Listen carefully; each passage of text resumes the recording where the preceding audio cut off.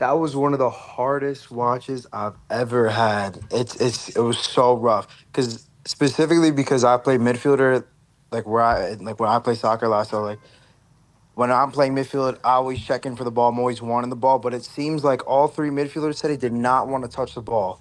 Like they were scared to touch the ball. Kind of what Arian was saying. Like we have no progressive passers in that midfield three, and it was obvious because none of them wanted to touch the ball. It was I can't even tell you how many times I counted Sar getting on the ball, turning, and then progressing the play. I don't think I saw him do it maybe more than once. You know, Yeah. and Bentancur too. Bentancur, he pissed me off so much just because he's like again, it's all three of them, but specifically him because he'll lose the ball in positions where he should not be losing it, and then he won't pick the ball up where he should be picking it up. So it's the same shit. I don't get how he's starting game in game out, and I don't know how Frank didn't make any subs at half. That was one thing that really just I could not believe. Yeah. But those players not taking that responsibility to do the things you're saying.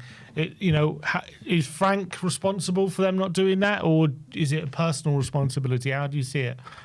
It's a mix of both because I think there's definitely some coaching that needs to be involved in who picks it up, like especially on in like the defensive end.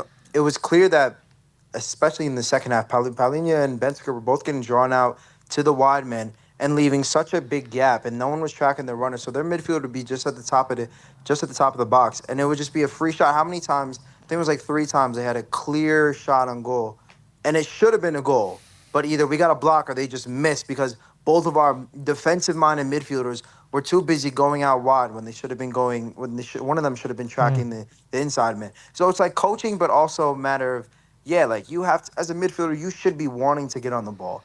But why are you like I'm looking at Bentancur and it's like the ball is near him, but he's backing up into the opposition player. Like he's like, nah, I don't want it. I don't want to get it away from me. So that's a problem. Like that cannot be happening. And that player cannot be standing on the field for 70 plus minutes, back to back games when it's the same issue back to back. So I don't know. I was just getting furious with that. Absolutely furious. So what's the solution then? What midfield would you like to see? Kind of what Arian said. I think Paulinho has to start. He's number one. He actually will progress the ball. He'll at least try. I think Bergvall needs a rest. The past two games he's been horrible. He's been also absent. He's anonymous the past two games. He needs a rest. I think Sar he was got a rest last game. He was very anonymous this game. Bentancur needs he needs to be dropped at least for Leeds. I think Archie should definitely play. And then Javi, of course, because when Javi came on, who again he started dropping in. He started at least trying to get on the ball to progress the field, to progress the ball, to progress the whole game. You know, and that's what you want. You want someone just at least trying. It can't just be looking around to see who's gonna do it, because then no one's gonna do it. So I think Javi, Archie, and Paulinho would be a great. That's a great midfield for Leeds. A I think hundred percent. everyone's saying that three midfield now. Yeah. I would love to see it, to be fair. But Mhm. how much credit do you give the team, for sticking in there and getting the point? Because that's 3 games in a row now where we've gone down and we've taken something from the game. Yeah, I mean, you do have to give him credit because also I do want to caveat the fact that I hate people who get so negative and all that, but this Bodo, they were mid season. Again, they had like 20 games under their belt with the seventh year with their manager. They understand the conditions. This is also how many times that our players slip, fall, make sloppy passes. Which probably we don't make. I've never seen us make that many sloppy passes in any of our games under Frank. So it's clear that it was either a field issue or something. Maybe they're just not used to it. But I hate You making those saw the excuses, second but they half against are. Wolves, mate. I mean, yeah, that is also true. But I mean, I feel like it was extreme. Like Yeah. players were like they were flopping over the ball, people were dribbling out of bounds. So it looked like something wasn't right. But again, that's no excuse to be playing like that the entire game and not be able to piece together a couple passes in a row. But I do gotta give him credit because to claw back and then to keep hounding for it as well towards the end. That's you gotta give him credit because I don't remember too many times we did that under hands. I think when we went down, it was just it got worse and worse. But at this point, I have a feeling like when we go down that we'll get it back. under Frank. That's due to the set pieces as well because all it takes is one corner now, and then we're back in the game. And that wasn't like that last season. Yeah, and So, that keeps you in the game when, Mhm. like in games like today when we're not playing so well. But as long as you just get a corner or a free kick, you can always crawl yourselves back in the game. But when you Yeah. look at our struggles going forward at the moment, do you see that as a personnel issue or do you see that more as a coaching issue? Because at the moment we seem to be very reliant on Kudus to kind of create anything and do anything. Without him on the pitch, we seem to be quite blunt. So. But what should we be so reliant on that one player? It's horrible that we're so reliant because when you see him play, I'm looking at him when he just gets the ball. Number one, he'll almost never lose it unless he's getting triple man. But even when he does, like sometimes he'll just wiggle out, and you're like, how did he just do that? He makes us look like we belong in the conversation. But without him, without Javi, we look like a mid-table side. There's literally nothing special of us. We're devoid of any creativity, any real just flair, any real quality. Because you look at that front line of Johnson, who I don't even think he touched the ball in the box. Odebear he tried and tried, it just didn't work. And Richarlison looks like he's about to fall over every time he gets the ball. So there's just a lot of missing pieces up there. So I think most of it is due to quality issues. That quality, look, that front three we went from Son, Kane, Kulusevski to Odebear, Richarlison, Johnson. That shit is nuts. That Yeah. is nuts, man. I know we have some players injured, of course, but like you got to deal what you got to deal with. And these are just the cards he's dealt with. But end of the day, draws a point to point. We'll take it on the road, and then kind of onwards to next. But I think we definitely need a big performance for Saturday. That just, I mean, against Leeds, we absolutely need one. I think the club needs it, the fans need it too, just to show there's something to look forward to for those that are kind of lacking a little bit of encouragement. You know.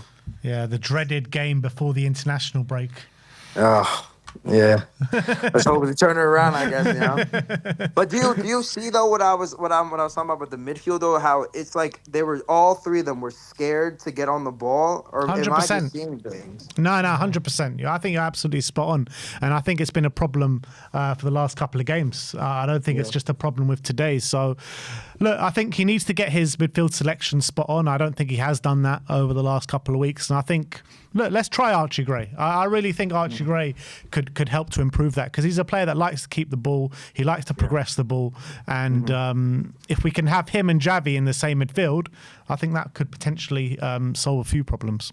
Yeah. And question, what do you guys think of Bentancur though? Because I've just been so torn because he used to. I remember, and I used to think he was a star. I still think he is, but just like it seems like he's devoid of any progression, any creativity in him. It's just not who I remember seeing. So I don't know what's that about.